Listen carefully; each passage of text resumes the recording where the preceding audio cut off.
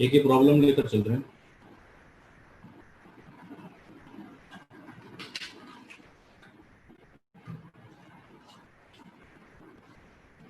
Find the Fourier series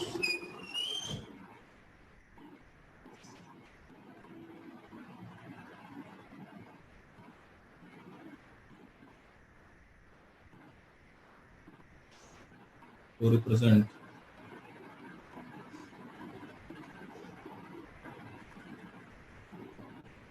एक ये function हमें दिया हुआ है fx is equal to x minus x square।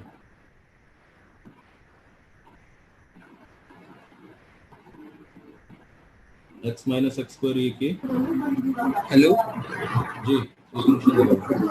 Yes sir, आप अटेंड करो क्लास ये वाली ठीक है। Fourier series. ठीक, minus pi to plus pi ये फंक्शन की लिमिट है, और साथ में एक तो इसकी फोरियर सीरीज निकालनी है और ये शो करना है। 1/1 square minus 1/2 square plus 1/3 square minus 1/4 square plus plus करते जाओ इज इक्वल टू आ जाएगा वाई स्क्वायर बाय 12।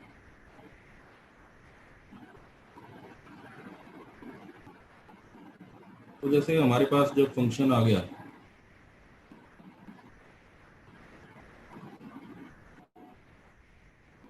तो फंक्शन जो हमारे पास है उसकी वैल्यू है x माइनस एक्स स्क्वायर। इसको हमें फर्स्ट ऑफ ऑल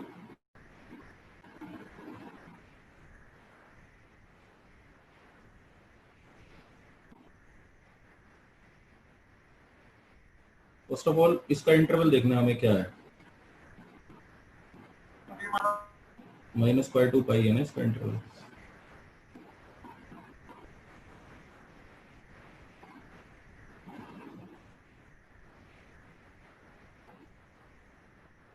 तो यहाँ पर हमें जो है सबसे पहले ए नॉट फाइंड करना है। ए नॉट का फॉर्मूला ये होता है 1/पाई limit minus pi to plus pi f x d x.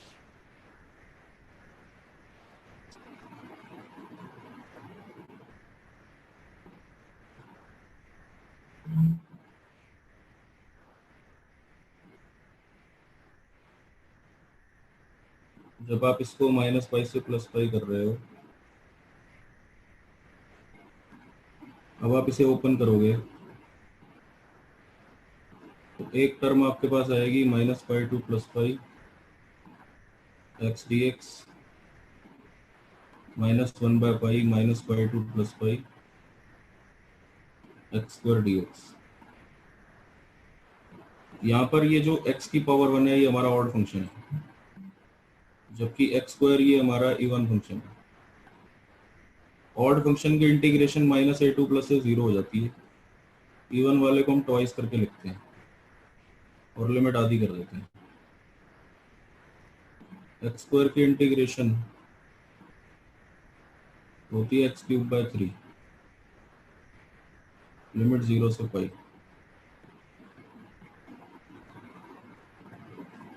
Upper limit minus lower limit.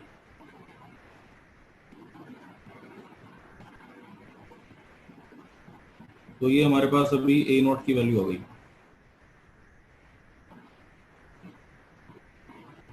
ठीक है, this is the value of A not minus 2 pi square by 3।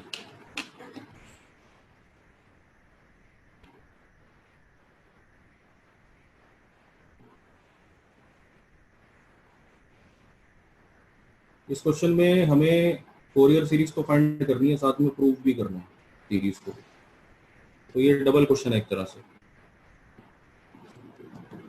ठीक है, जैसे यहाँ पर आप स्टार्ट करो, मान लो आपको जैसे ए एन निकालना है। तो पहले ए एन का फॉर्मूला लिखेंगे 1/पाई integration minus pi to plus pi f x into cos nx dx।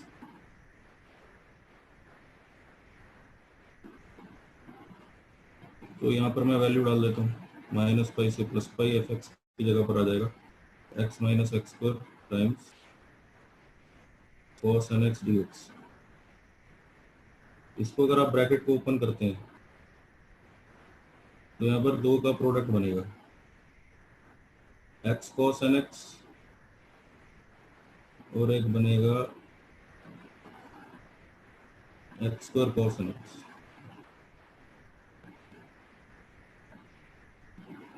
तो ये जो x cos nx है और ये जो x स्क्वायर cos nx है,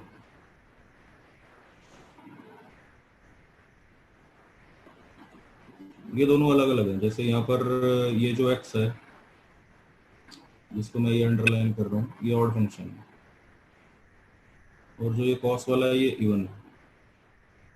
ऑड इंटू इवन हमारा होता है ऑड। ये जो एक्स स्क्वायर है ये इवन है और cos वाला हमारा इवन है।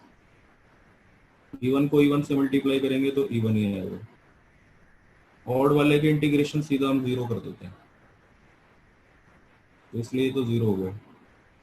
इवन वाला ट्वाइस हो जाता है और लिमिट हाफ हो जाती है। तो पहली इंटीग्रेशन जिसके नीचे ऑड लिखा है यहाँ पर वो जीरो हो गया, और जहाँ पर ये इवन लिखा है इसको हमने ट्वाइस कर दिया, times x square cos nx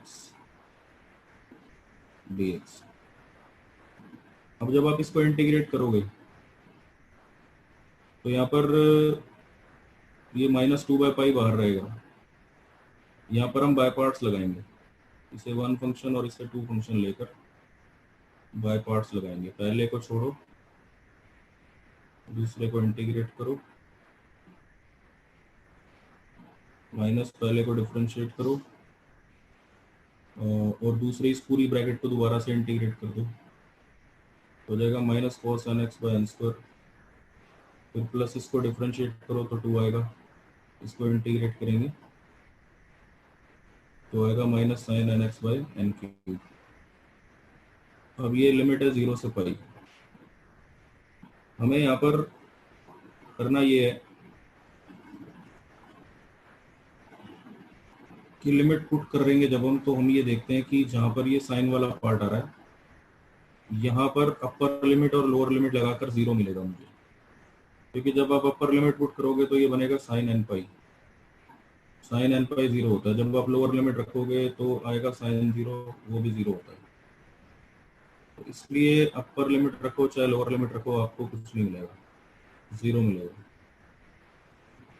ठीक है, तो यहाँ पर जब आप ए एन की वैल्यू कैलकुलेट करोगे तो आपके पास आएगा माइनस टू बाई पाई। ये जो ब्लू वाला अंडरलाइन पार्ट है इसको हम हटा देते हैं, सिर्फ ये वाला जो बचा कॉस वाला पार्ट, इसमें भी दो बार माइनस है, ये प्लस हो गया 2x into cos n x upon n square. इसमें भी मुझे लिमिट पुट करनी है, तो ये बनेगा two pi cos n pi by n square. ये अपर लिमिट रखकर आया और लोअर लिमिट रखकर जीरो आया, पाई से पाई कट गया, minus four cos n pi divided by n square. तो minus four into minus one की power n by n square, ये हमारी ए एन की वैल्यू आ गई।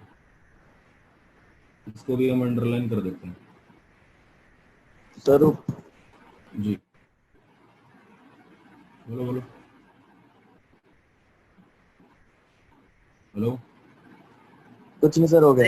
नेगेटिव का साइन ये इसके cos n अंदर पाई की वैल्यू माइनस वन की पावर n होती है। कहाँ पर आ रहा है नेगेटिव का साइन? ये नेगेटिव नेगेटिव पॉजिटिव हो गया ना ये वाला। बाहर आपने नेगेटिव लगाया। बाहर तो नेगेटिव तो ये वाला है ना, ये वाला। ओके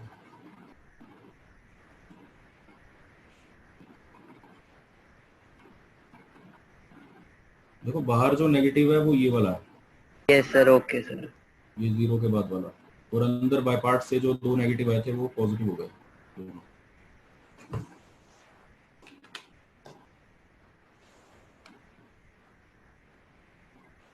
कोई भी डाउट आया आप पूछो, कोई दिक्कत नहीं है।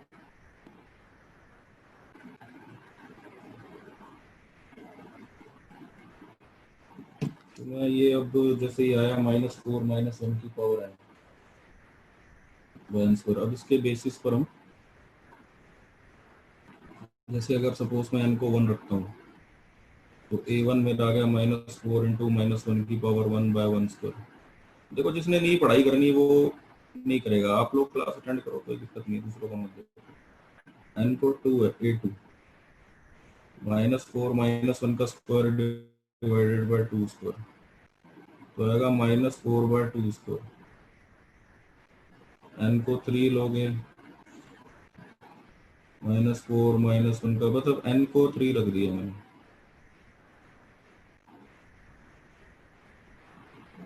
तो इस तरह से ये प्लस तो +4 होगा ना। प्लस, तो इस तरह से ये आपके पास n की डिफरेंट वैल्यूज के लिए a1 a2 की वैल्यूज आती जाएंगी। अब मुझे निकालना है bn। तो ये 3 स्क्वायर होगा। 3, ठीक।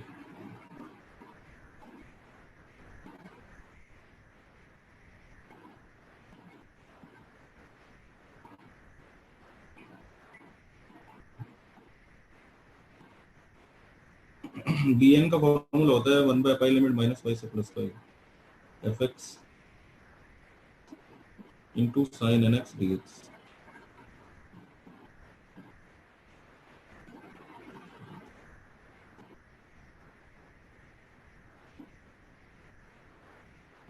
fx की जगह आपने रखा x - x² इंटू आ रहा है साइन nx dx। अब यहाँ पर भी इसको ओपन कर लेते हैं। जब आप इसको ओपन करोगे तो आपके पास एक टर्म आएगी 1/π लिमिट -π से +π x इंटू साइन nx, ये ब्रैकेट ओपन कर दी मैंने, और दूसरी टर्म आएगी -1/π -π से +π x² sign nx।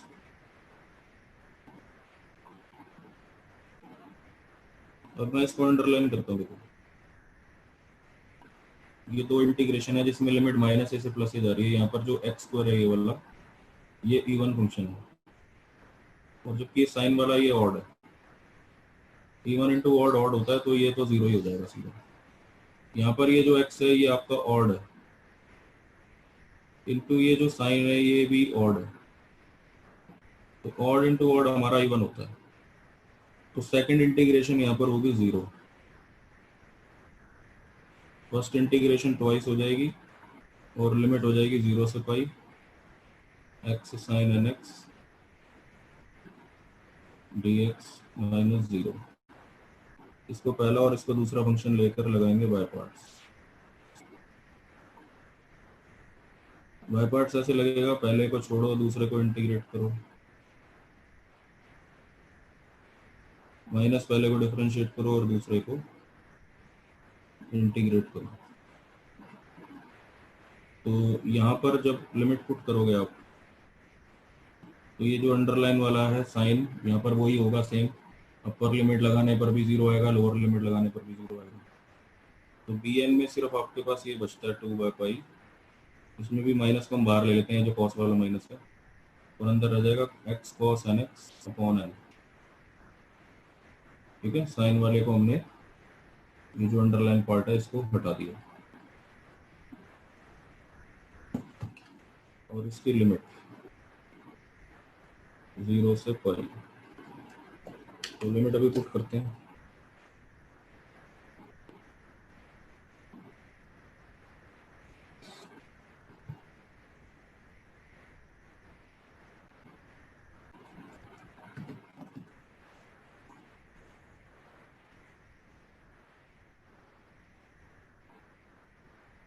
x cos nx upon n,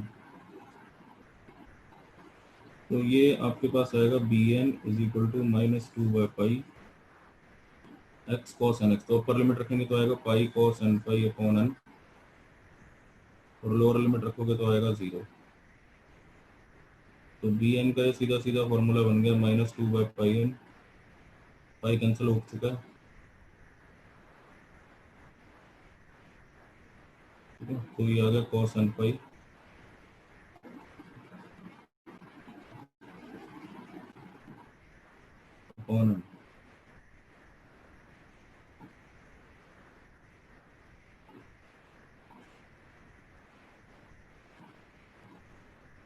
ये आ गई बी एन की वैल्यू। अब इसमें जैसे एन को 1 लिया जाए एक बार, तो बी वन बनता है आपका -2 इंटू -1 की पावर 1 डिवाइडेड बाय 1, यानी कि 2/1। एन को 2 लें अगर,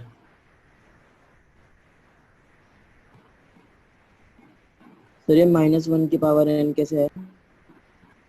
कॉस एन पाई होता है ना, ये जो कॉस एन पाई लिखा है इसकी एक फिक्स वैल्यू आप याद रखो हमेशा, जबकि साइन एन पाई की फिक्स वैल्यू होती है 0।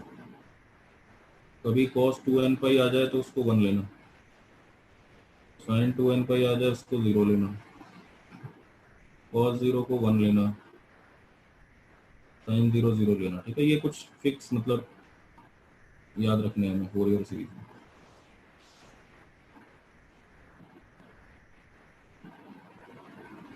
तो इस तरह से n को 2 लेने पर ये मेरे पास आ रहा है -2/2।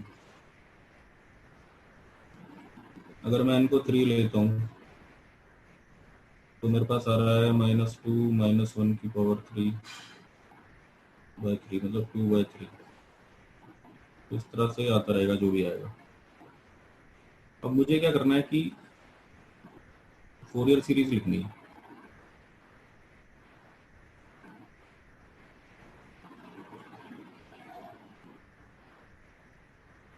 फोरियर सीरीज का जो फॉर्मूला हमने पढ़ा था वो लिखते हैं। फोरियर सीरीज का फॉर्मूला था a0/2, अगर ओपन करके लिखें a1 cos x, फिर आएगा a2 cos 2x, plus plus करते जाओ, और उसके बाद साइन वाली टर्म आएंगी b1 sin x plus b2 sin 2x, plus plus करते जाओ। अब fx तो हमारा फिक्स है x minus x square, a0 हमने निकाला था -2π²/3, a1 a2 a3 आपको याद होगा, मैंने ये निकाला था 4/1² - 4/2², इस तरह से। ठीक है, 4/1² cos x -4/2² cos 2x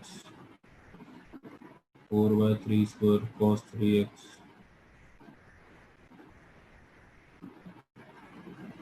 और साइन वाले टर्म भी आपके सामने ही है, 2/1 sin x, फिर आया -2/2 sin 2x। तो ये हमारा एक तरह से देखा जाए तो फोरियर सीरीज तो हमारी आ गई है। ठीक है, ये जो फोरियर सीरीज है ये हमने फाइंड की है अभी तक।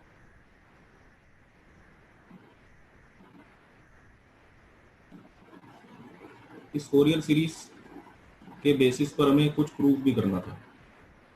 जब ये क्वेश्चन स्टार्ट हुआ था तो उसमें लिखा था कि आप ये प्रूव करो 1/1² - 1/2² की वैल्यू जो है ये π²/12 आनी चाहिए। तो अब इस इसको एक इक्वेशन मानते हुए इसमें कुछ ऐसा पुट करेंगे जिसमें कि जो नंबर का स्क्वायर है 1/1², 1/2², 1/3² ये हमें मिले। तो हमें x की कोई वैल्यू गैस करनी पड़ेगी यहाँ पर, जो हम बोथ साइड पुट करें, जिससे कि ये जितने भी cos थीटा हैं ये सारे 1 हो जाएं और जितने भी sin थीटा हैं ये सारे 0 हो जाएं। क्योंकि जो हमें प्रूव करना है उसमें हमें cos वाले जो टर्म्स हैं वो चाहिए, मतलब कि 1/1², 1/2² ये सब हमें चाहिए। जो साइन वाली टर्म्स हैं वो हमें नहीं चाहिए। तो हम यहाँ पर क्या करेंगे, x को दोनों तरफ 0 रखते हैं। जब भी आपको कुछ ऐसा प्रूव करना हो जिसमें दोनों तरफ आपको cos चाहिए लेकिन साइन नहीं चाहिए, तो x को 0 रख दो दोनों तरफ। ऐसा करने से क्या फायदा होगा, x को 0 रखने से कि सारे cos 0 1 हो जाएंगे और जितने भी sin 0 है वो सारे आपके 0 हो जाएंगे। ठीक है, तो अब यहाँ पर हम x को 0 रखते हैं उस साइड। तो ये मेरे पास आएगा, जैसे मैं x को 0 रखूंगा, लेफ्ट हैंड साइड पर 0 - 0², is equal to -2 pi square by 3 upon 2 plus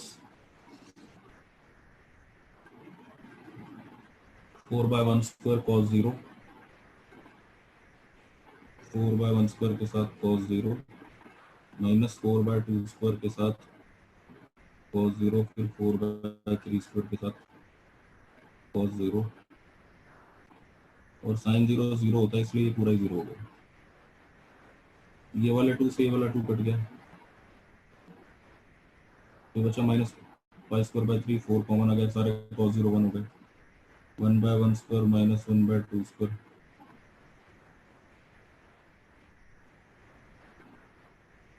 इसको अगर मैं उधर ले जाता हूँ तो it will become pi square by 3, और 4 यहाँ से कॉमन आया पड़ा है।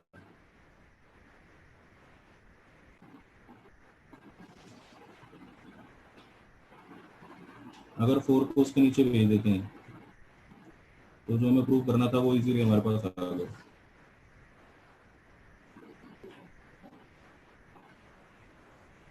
तो ये हमारे पास आ गया पाई square bye 12 right hand side.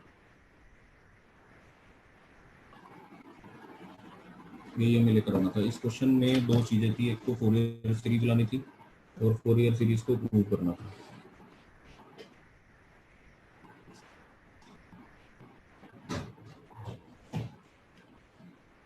एक फॉर्मूला आपको बता रहा हूँ, वो आप याद रखो, तो बोलना नहीं।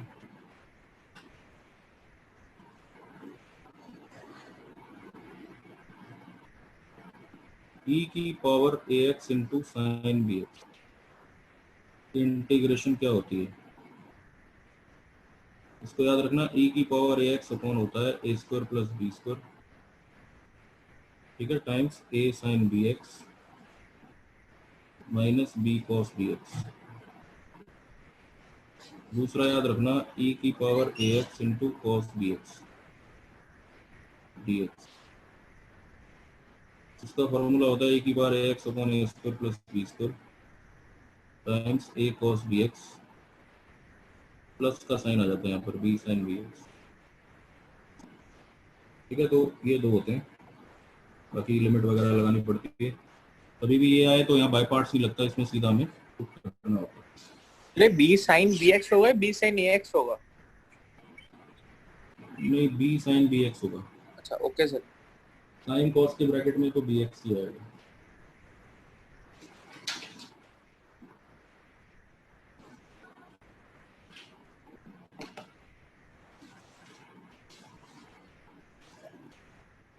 इसके बाद एक क्वेश्चन करते हैं, एक्सपैंड, पहले क्वेश्चन ये लिख देते हैं।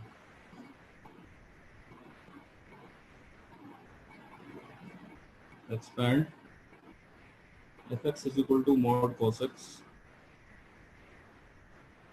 ये दिया हुआ है आपको, इसकी फोरियर सीरीज बनानी है।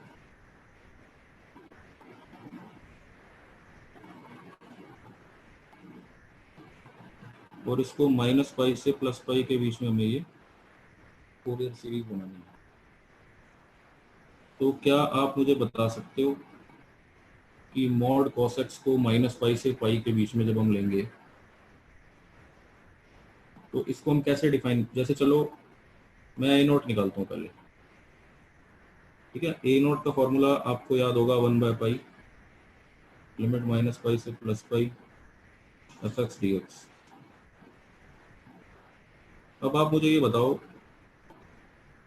कि ये जो मॉड cos x यहाँ पर मैं लिखूंगा, ये इवन फंक्शन है या ऑड फंक्शन है? इवन। इवन, तो इसलिए इसको मैं ट्वाइस करके लिमिट आधी कर देता हूँ, यानी 0 से पाई लिख देता हूँ, और यहाँ पर आ गया मॉड cos x dx। अब आप मुझे एक बात का और आंसर दो कि ये जो cos थीटा होता है जब हम फर्स्ट क्वाड्रेंट में जाते हैं, तो फर्स्ट क्वाड्रेंट में cos थीटा 0 से पाई बाय 2 के बीच में होता है, पता होगा ना। तो आपको फर्स्ट क्वाड्रेंट 0 से पाई बाय 2, इसमें पॉजिटिव होता है, तो इसमें मॉड cos x की वैल्यू cos x से ली जाती है। लेकिन जब हम सेकंड क्वाड्रेंट में आते हैं, यानी पाई बाय 2 से पाई के बीच में, ये सेकंड क्वाड्रेंट है, इसमें cos थीटा नेगेटिव होता है, इसलिए आप याद रखना कि ये जो मॉड cos x है, जब आप फर्स्ट क्वाड्रेंट में होगे 0 से π/2, इसमें आपको मॉड cos x को cos x लेना है, जबकि जब आप सेकंड क्वाड्रेंट में होगे तो मॉड cos x की वैल्यू आपने, क्योंकि cos थीटा नेगेटिव होता है तो इसलिए उसको माइनस cos x लेना है। ठीक है। अब जैसे आप इंटीग्रेशन कर रहे हो 0 से पाई, तो आपको इंटीग्रेशन अब ब्रेक करनी पड़ेगी, क्योंकि बाहर 2/π लिखा हुआ है। तो जब आप इंटीग्रेशन करोगे a0 फाइंड करने के लिए, तो अब आपकी इंटीग्रेशन ब्रेक होगी। पहले आप जाओगे 0 से π/2, इसमें तो वैल्यू cos x ही लेंगे हम। फिर जब हम जाएंगे π/2 से पाई यानी सेकंड क्वाड्रेंट में, तो अब हमें लेनी है वैल्यू माइनस cos x। तो यहाँ पर cos x की इंटीग्रेशन तो हो गई sin x, लिमिट 0 से π/2, माइनस बाहर आ गया, यहाँ पर भी cos x की इंटीग्रेशन हो गई sin x, लिमिट π/2 से पाई।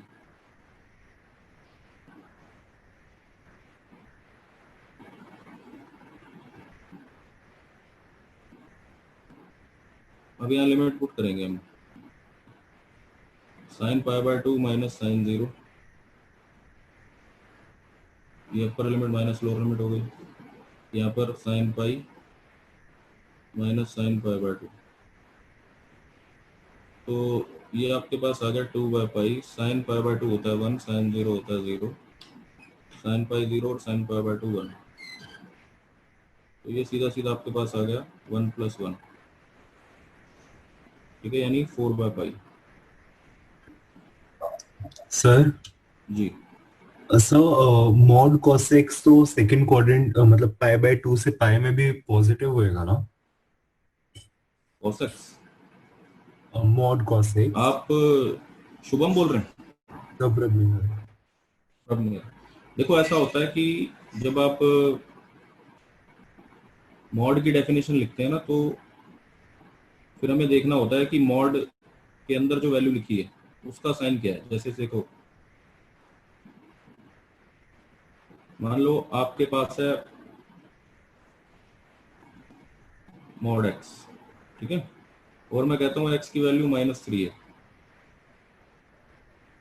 तो अब आप इसको क्या लिखोगे? मॉड -3 क्या आएगा? +3 आएगा ना। हाँ जी। वो कैसे आएगा? क्योंकि देखो वैल्यू तो -3 है, अब एक माइनस हम बाहर लगा देंगे, तो अब देखो माइनस माइनस क्या हो गया? प्लस प्लस हो गया ना। तो यही कंसेप्ट होती है मॉड के अंदर, जब आपकी वैल्यू आपको पता है जो अंदर वाली वैल्यू नेगेटिव है। जैसे आप ये जानते हो कि जो सेकंड क्वाड्रेंट है यहाँ पर, ये आपका कॉस नेगेटिव होता है कि नहीं हाँ होता? तो हाँ। इसलिए हम एक माइनस अपनी तरफ से बाहर लगा देते हैं, सो दैट कि ये नेगेटिव नेगेटिव क्या हो जाएगा? अच्छा पॉजिटिव। ठीक है। तो इसलिए वो हम सेकंड क्वाड्रेंट में एक माइनस अपनी तरफ से लगाते हैं ताकि वो प्लस हो जाए, ठीक है क्योंकि सर। वो फर्स्ट क्वाड्रेंट में पहले से ही पॉजिटिव है, तो ठीक इसलिए है उसको प्लस में ही रहने देते हैं। ठीक है।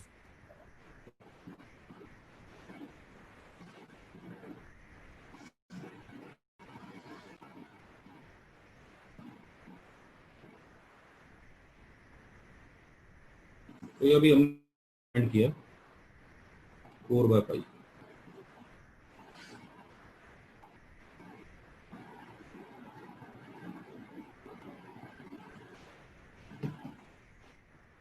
नेक्स्ट अब आ जाते हैं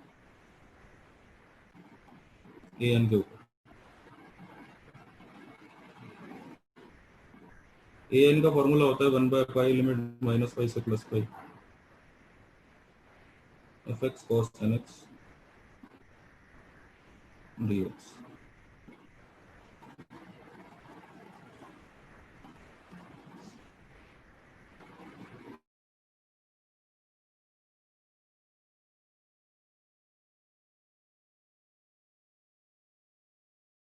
इनको हम देखें तो ये हमारा जो मॉड cos x है, ये हमारा इवन फंक्शन है, और ये cos nx ये भी इवन है। इवन इंटू इवन ये हुआ इवन।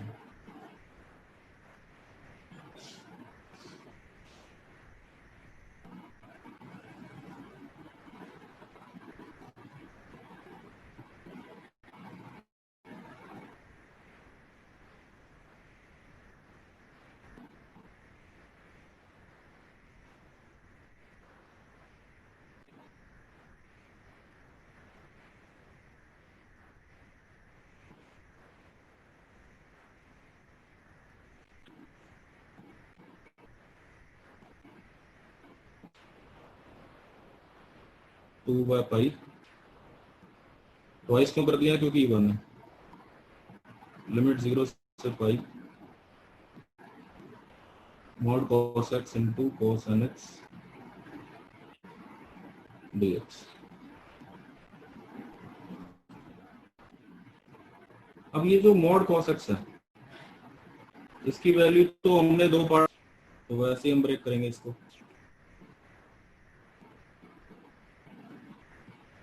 सबसे पहले हम जाएंगे 0 से π/2, तो cos nx को mod cos x को cos x ही लेंगे। फिर उसके बाद हम जाएंगे π/2 से पाई, अब वैल्यू लेंगे माइनस cos x।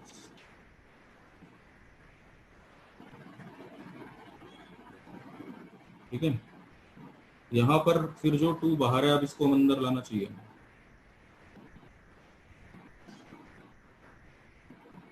जीरो से π/2, जो 2 बाहर था 2 cos nx into cos x dx, इसको अंदर लाए। फिर π/2 से पाई 2 cos nx into cos x,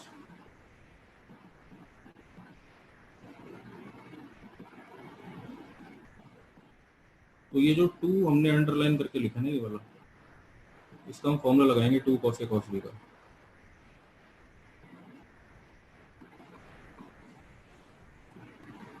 to cos a cos b का फॉर्मूला होता है cos a plus b plus cos a minus b।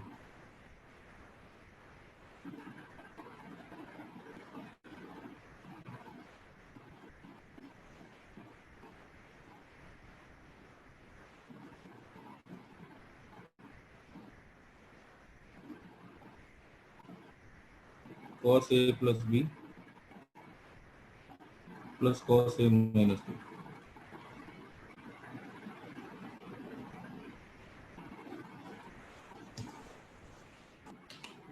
इसमें इंटीग्रेशन करनी है हमें नेक्स्ट स्टेप में।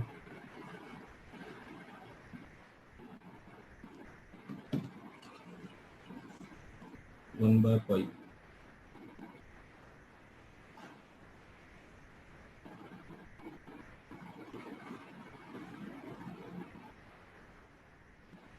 तो बाहर लिखा है 1 by pi, cos n plus 1 की इंटीग्रेशन हो गई sin n plus 1x divided by n plus 1 plus sin n minus 1x upon n minus 1। इस पूरे की लिमिट 0 से π/2। फिर उसके बाद minus 1 by pi sin n plus 1 x upon n plus 1 plus sin n minus 1 x upon n minus 1, limit π/2 से पाई। अब जब आप इसमें लिमिट पुट करते हो तो अपर लिमिट रखकर आएगा sin n plus 1 π/2 upon n plus 1, जबकि यहाँ पर आएगा sin n minus 1 π/2 upon n minus 1। Lower limit रखकर आएगा 0। ऐसे ही यहाँ पर आप अपर लिमिट रखोगे तो sin n प्लस 1 पाई, ठीक है ना, क्योंकि देखो sin n पाई लिखूं मैं या sin n प्लस 1 पाई लिखूं, ये सब 0 होता है।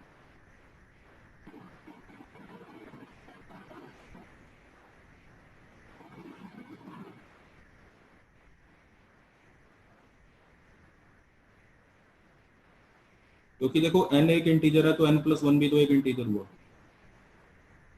n एक इंटीजर है तो n माइनस 1 भी इंटीजर हुआ, तो sin n पाई अगर 0 है तो sin n प्लस 1 पाई ये भी 0 ही होगा। ठीक है, तो इसलिए मैं इनको लिखूंगा नहीं।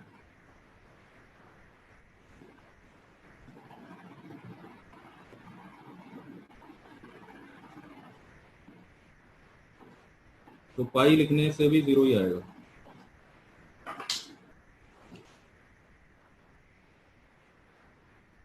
तो ये 0 ही आएगा। जब लोअर लिमिट लिखोगे आप π/2 तो sin आएगा n+1 π/2 अपॉन n+1 plus sign n-1 π/2 upon n-1। तो अब मैं ये थोड़ा आपको बता देता हूँ कि कॉमन ले लें अगर हम 1/π पूरे में से, तो यहाँ पर ये माइनस माइनस प्लस हो जाने की वजह से ये ट्वाइस हो जाएगा। 2 साइन ब्रैकेट में पाई प्लस n π/2, मतलब ये ब्रैकेट खोल देता हूँ और अपॉन में n+1। ऐसे ही ये वाली टर्म और ये वाली टर्म भी ऐड हो जाएगी क्योंकि माइनस माइनस प्लस हो गया, तो हो जाएगा twice sign n-1 π/2 upon n-1, और इसको भी ब्रैकेट खोल कर ही लिखना चाहिए, n π/2 माइनस π/2। तो पिछले टर्म में π/2 नहीं आना चाहिए था? कौन से टर्म में? 0 से π/2 फिर π/2 से पाई। नहीं सर, ये जो 2 sin पाई प्लस n π/2 लिखा है इसमें। अच्छा हाँ, यहाँ n π/2 आएगा, ठीक है, n π/2 प्लस π/2, ठीक है, ये वाला ना।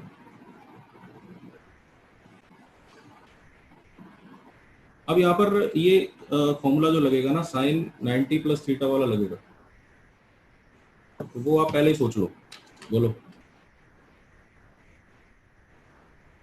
Sign 90 plus theta cos theta.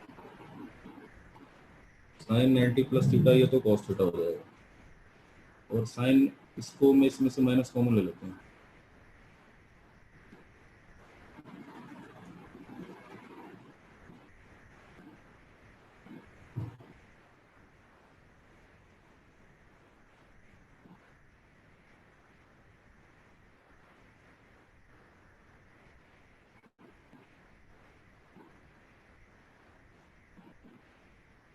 गलती करोगे तो आंसर नहीं आएगा, गलती नहीं होनी चाहिए बस। यहाँ पर आपके पास आएगा an is equal to 1/π 2 cos n π/2 अपॉन n+1, और यहाँ पर माइनस कॉमन ले लिया तो ये भी cos बन गया 2 cos n π/2, क्योंकि साइन 90 माइनस थीटा भी cos थीटा होता है, माइनस कॉमन ले लिया अपॉन n-1। ये कुछ नहीं था, यहाँ से पूरे में से 2 cos n π/2 को आप कॉमन ले लो,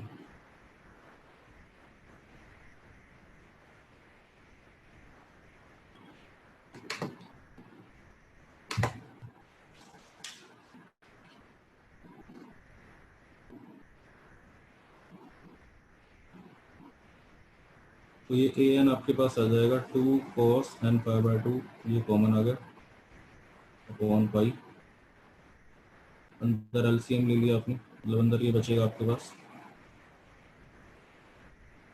1 upon n+1 minus 1 upon n-1, इधर आप एलसीएम ले लोगे,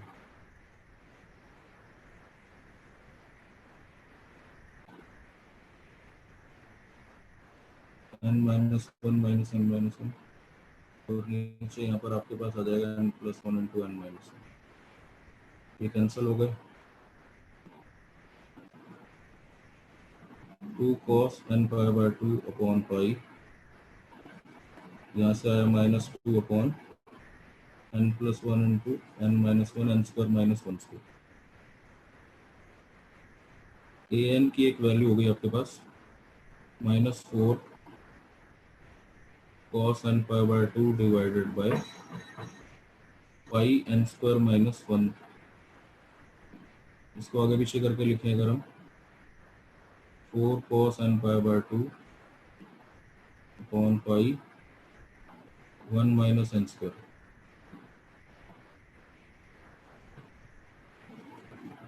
ये an का एक्सप्रेशन है, इसमें n को अगर हम 1 रखें तो दिक्कत है, n को 1 रखने से क्या प्रॉब्लम आएगी, अपॉन में 1 माइनस 1,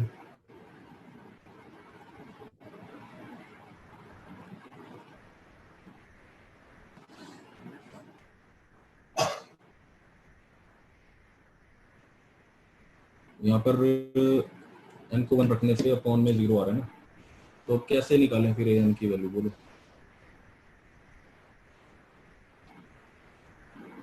क्या करना चाहिए? a1 की वैल्यू कैसे निकालें? सबसे पहले तो an का फॉर्मूला देखते हैं। ये an का फॉर्मूला हमारा ये था माइनस पाई से प्लस पाई mod cos x into cos nx dx। अब क्योंकि आपने इसको इवन फंक्शन की तरह लिखा था, so it becomes 2 by pi limit 0 से pi mod cos x into cos nx dx। अब n को आप सीधा यहाँ 1 रख दो यहीं पर ही, तो ये a1 सीधा सीधा आपके पास हो जाएगा 2 बाई पाई लिमिट 0 से pi mod cos x into cos x dx। अब आप यहाँ पर मॉड की डेफिनेशन के अकॉर्डिंग इस लिमिट को ब्रेक कर लो। पहले आप जाओगे 0 से पाई बाय 2, तो मॉड cos x को cos x ही लिखोगे, फिर उसके बाद जाओगे पाई बाय 2 से पाई, फिर मॉड cos x को लिखोगे माइनस cos x।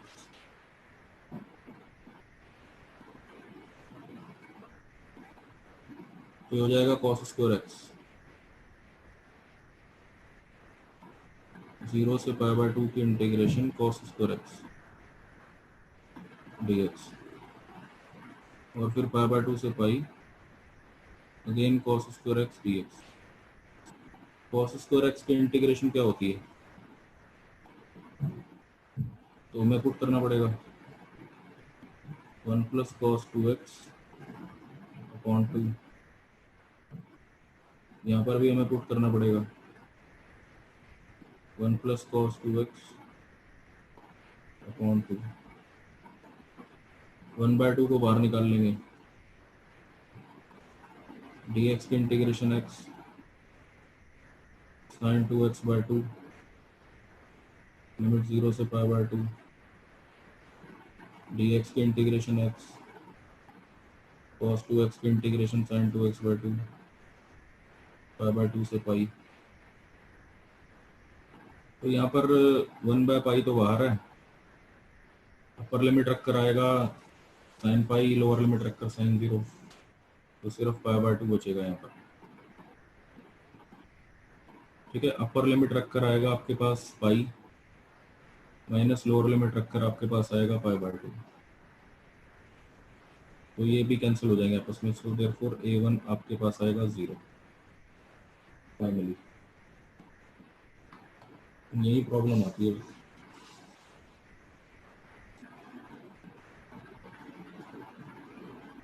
ठीक है, ये नोट निकाला,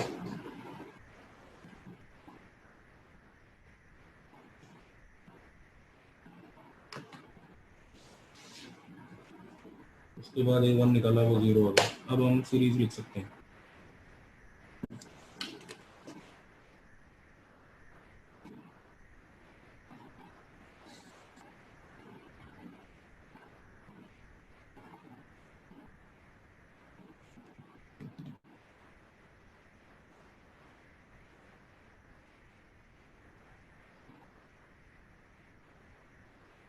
सीरीज के लिए अभी एक मिनट है, bn और निकाल लेते हैं।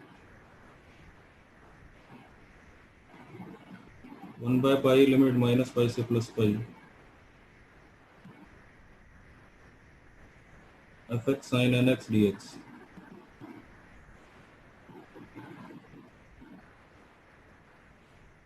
fx की जगह पर आ गया mod cos x into sine nx। ये इवन फंक्शन है, जबकि ये दूसरा ऑड है। इवन इंटू ऑड क्या होता है? ऑड होता है। तो इसकी वैल्यू सीधा सीधा 0 आ गई। अब जब आप फोरियर सीरीज लिखोगे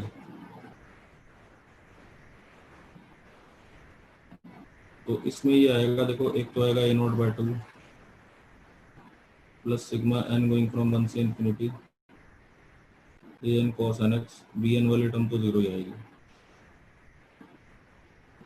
fx की जगह पर हम लिखेंगे mod cos x A not हमने फाइंड किया था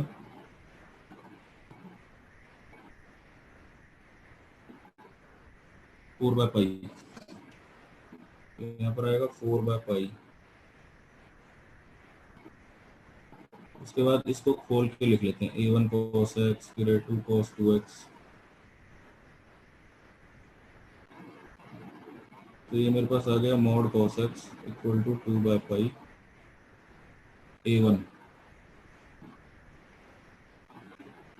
ये हमने फाइंड आउट किए थे, a1 की वैल्यू 0 है। उसके बाद मैं इसको ऐसे लिख देता हूँ सिग्मा n गोइंग फ्रॉम 2 से इन्फिनिटी, क्योंकि 1 पे तो 0 आ गई, टाइम्स an cos nx। तो अब डायरेक्टली an रख के छोड़ देते हैं बस, 2/पाई plus sigma n going from 2 से इन्फिनिटी। an की वैल्यू हमने निकाली थी 2। ऐसे भी लिख सकते हैं आंसर, कोई दिक्कत नहीं, क्योंकि इसमें सीरीज बनाकर प्रूव करना कुछ नहीं है। Pi into 1 minus n square into cos nx। तो ये हमारा फाइनल आंसर ये होगा। सीरीज की फॉर्म में आ गया ना ये।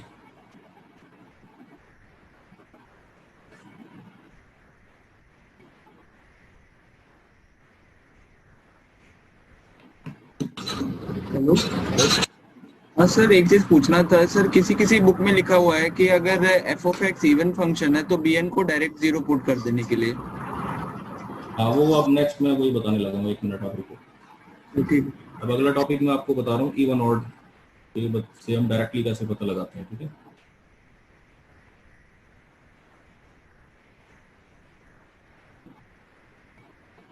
देखो सबसे पहली चीज जो है इवन फंक्शन की डेफिनेशन क्या होती है, वो डिपेंड करता है इंटरवल क्या है इसका। जैसे मान लो आपके फंक्शन का इंटरवल क्या है, उस पर डिपेंड करता है कि इवन फंक्शन क्या होगा। अगर मान लो आपका ए फंक्शन है -l से +l, मतलब ये जनरल वे में बता रहा हूँ, या मान लो -पाई से +पाई ऐसे लिखा हुआ इंटरवल, तो इवन फंक्शन की डेफिनेशन होती है जिसके अंदर माइनस अंदर ही अंदर डिस्ट्रॉय हो जाए। इसके एग्जांपल क्या होते हैं,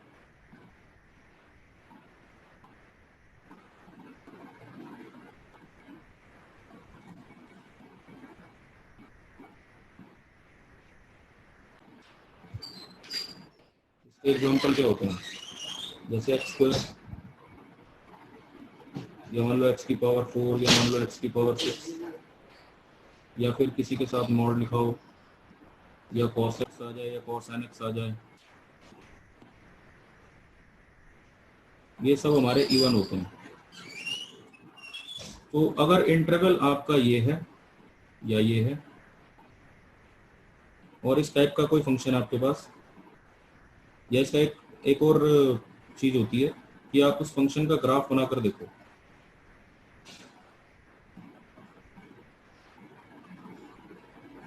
अगर उस फंक्शन का ग्राफ आपका सिमेट्रिक बनता है, जैसे कि सिमेट्रिक ग्राफ कैसे होगा, मान लो इस तरह से ग्राफ हो, ये सिमेट्रिक है, या उसका ग्राफ इस तरह से हो,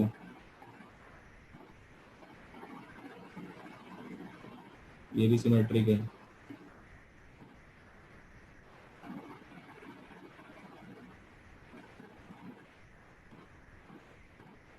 ये मान लो उसका ग्राफ इस तरह से हो,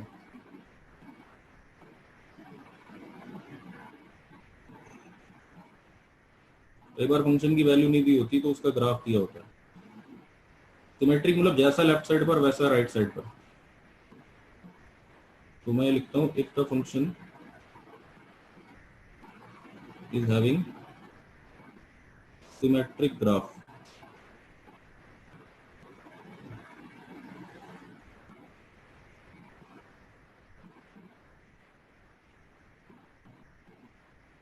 then also the function is even, तो भी वो इवन है। अगर फंक्शन आपका इवन है अभी बात आपको मैं लिख के दे रहा हूँ यहाँ पर, फॉर एनी इवन फंक्शन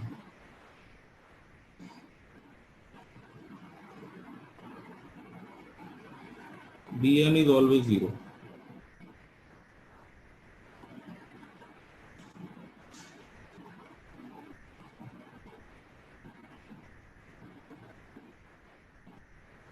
हमेशा bn 0 होगा।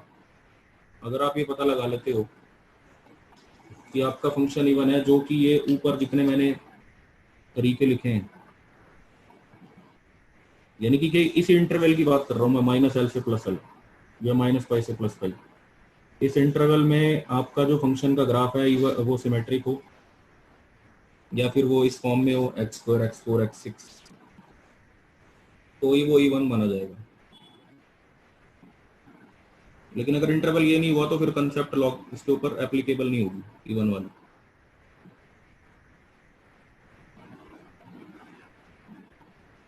अब आ जाता है ऑड फंक्शन किसे कहते हैं।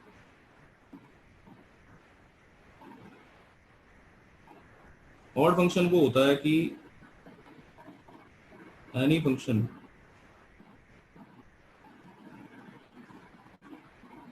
इन विच, बट सर अभी तक तो हम इवन फंक्शन में वो कर देते हैं ना 2/π और ऑड में 0।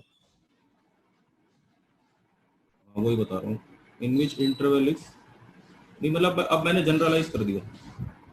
अभी तक तो मैंने इंटीग्रेशन की प्रॉपर्टी का यूज किया है ना क्वेश्चंस में, अब मैंने जनरलाइज कर दिया कि अगर आप पता लगा लेते हो कि कोई फंक्शन इस इंटरवल में माइनस बाहर आ जाता है तो वो ऑड है।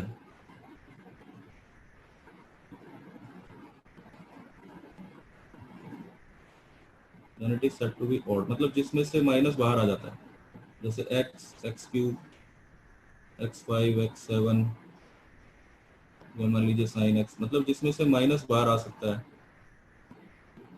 वो ऑड है। या फिर it is having anti-symmetric graph,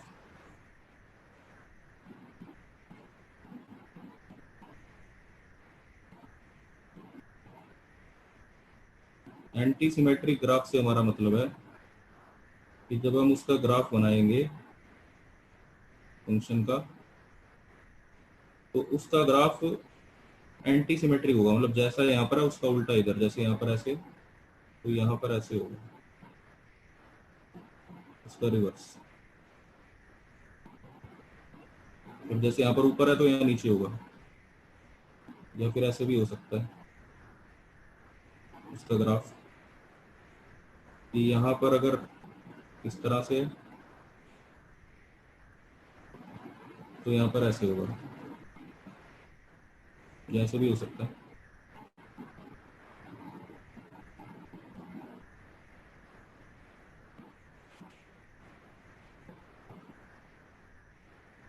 तो यहाँ पर अगर ऐसे है तो यहाँ पर ऐसे होगा, एंटी सिमेट्रिक होगा। तो अगर आप पता लगा लेते हो कि आपका फंक्शन ऑड है,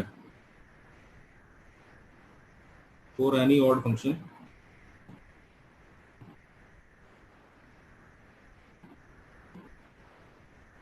a0 भी 0 होगा और an भी 0 होगा।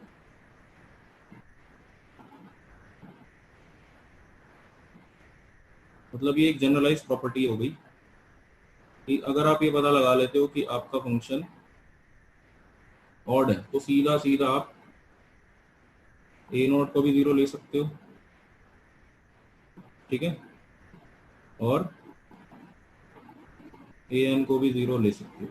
अगर आप ये पता लगा लेते हो, अब मैं फिर बता रहा हूँ, अगर आपका फंक्शन इवन है तो bn को 0 लेना, इंटरवल देख लेना, लेकिन -π से π या -l से l होना चाहिए।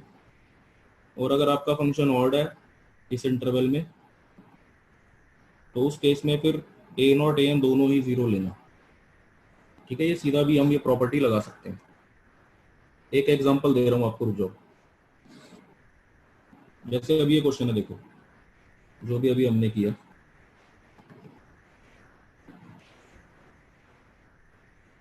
या चलो एक क्वेश्चन और देता हूँ। ये क्वेश्चन है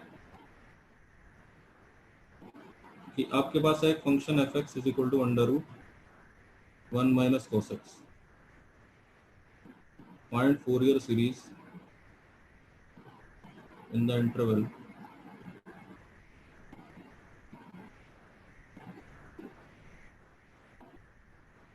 minus pi to plus pi. सबसे पहले तो इंटरवल को देखो आप, क्या इंटरवल है आपका, माइनस पाई से प्लस पाई, ठीक है। और फंक्शन के अंदर माइनस पुट करके देख लो, क्या ये माइनस बाहर आ पाएगा या डिस्ट्रॉय हो जाएगा अंदर, तो ये डिस्ट्रॉय हो गया अंदर, ठीक है ना। तो डिस्ट्रॉय होने का मतलब है कि ये इवन है।